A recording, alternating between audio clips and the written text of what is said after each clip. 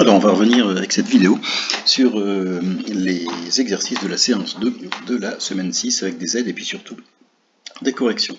Alors on va commencer avec l'exercice 3 qui est un exercice de développement et factorisation. Premièrement développement-réduction, deuxièmement factorisation. Et je vais vous inviter à faire premièrement, c'est-à-dire qu'il va falloir faire attention à la gestion du signe moins devant les parenthèses qui est ici, ici, ici et ici. D'accord? Alors vous mettez sur la pause en essayant de faire très attention aux signes. Alors on démarre avec i, et puis on va utiliser le fait que l'opposé de moins 3 plus t, c'est 3. C'est plus 3 moins t. Et du coup on obtient 2t plus 8. Pour j, il va falloir considérer l'opposé de a moins b plus c, et l'opposé de a moins b plus c, ça va être moins a plus b moins c. Vous voyez, on change les signes à chaque fois. Et donc là, attention, a moins a, ça va faire 0, b plus b, ça va faire 2b, et c moins c, ça va faire 0. Donc j égale 2b, tout simplement 2 fois b. K, on va distribuer moins 3 sur la parenthèse x moins 1. On va considérer que 10x moins 3 facteur de x moins 1, c'est 10x plus moins 3 facteur de x moins 1. Et en distribuant moins 3, on va obtenir moins 3x, et puis la règle des signes, moins 3 multiplié par moins 1, ça va faire plus 3. Et donc moins 3x plus 3, c'est-à-dire 7x plus 3 si on considère le 10x.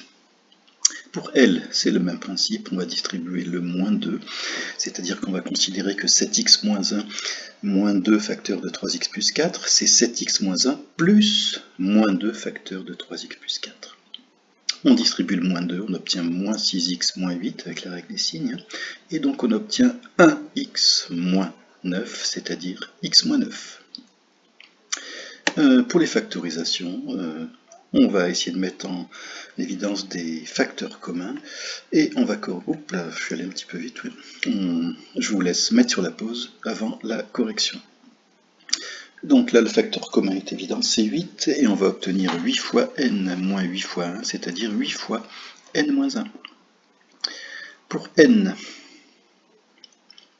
le facteur commun, ça va être 7, puisqu'on a 7 fois x au carré, plus 7 fois 2x, 14x c'est 7 fois 2x, moins 7 fois 1, c'est-à-dire 7 fois x au carré plus 2x moins 1. Pour p, le facteur commun, ça va être 5, 25 c'est 5 fois 5, 15a c'est 5 fois 3a, et donc on a 5 facteurs de 5 moins 3a. Et enfin q, le facteur commun, ça va être 6, puisqu'on a 6 fois x, plus 6 fois y, moins 6 fois y, plus 6 fois z, moins 6 fois 1, et donc 6 facteurs de x moins y, plus z, moins 1.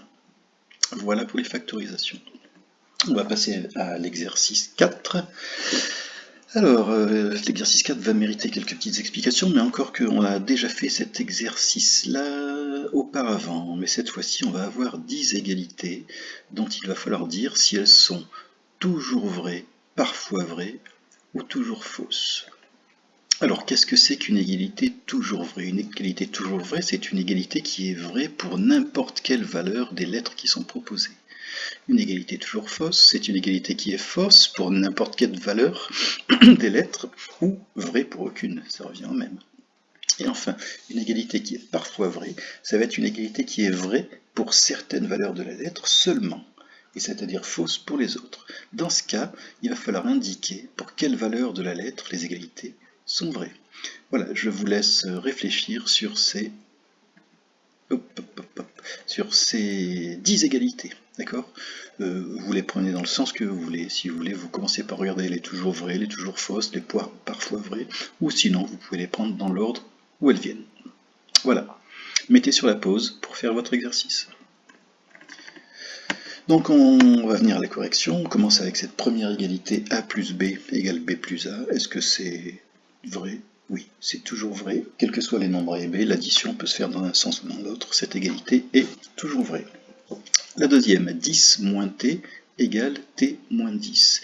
Est-ce que ce qu'on a vu pour l'addition, ça reste vrai pour la soustraction? Ah, ben, pas tout à fait. Hein. Si je prends par exemple t égale 1, est-ce que 10 moins 1 est égal à 1 moins 10? 10 moins 1, ça fait 9. 1 moins 10, ça fait moins 9. Ah oui, 9 et moins 9, c'est pas tout à fait la même chose.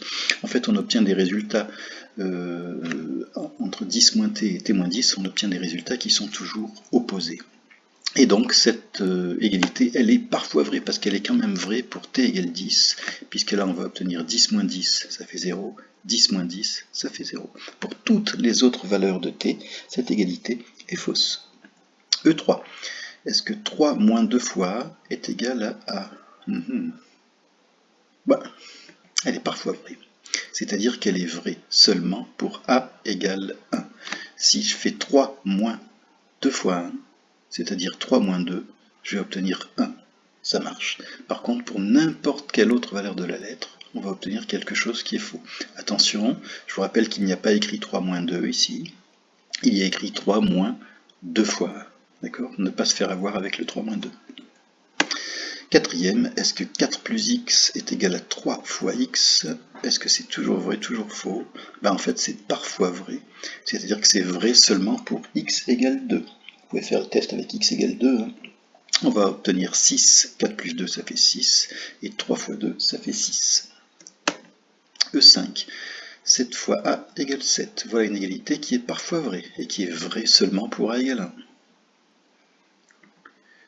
Égalité numéro 6, 0 fois x, bah oui, quel que soit le nombre x choisi, on va toujours obtenir 0. Si vous faites 0 fois tout ce que vous voulez, vous obtenez toujours 0, donc celle-là, elle est toujours vraie. La septième, a fois 1 égale a, elle est toujours vraie aussi. La huitième, a plus 1, est-ce que ça peut être égal à a? Ben, si vous prenez un nombre a que vous ajoutez 1, vous aurez du mal à trouver le nombre de départ. Elle est toujours fausse, celle-là. La neuvième, 5 fois x moins x. Bah oui, on sait que celle-là, elle est toujours vraie, parce que 5 fois x moins 1 fois x, ça fait 4 fois x. Elle est toujours vraie. Et enfin, la dixième, 0 fois x égale 3, elle est toujours fausse, puisque si vous multipliez quelque chose par 0, jamais vous n'obtiendrez 3. Voilà, pour les 10 égalités toujours vraies, toujours fausses, parfois vraies. Si vous avez des questions, vous n'hésitez pas.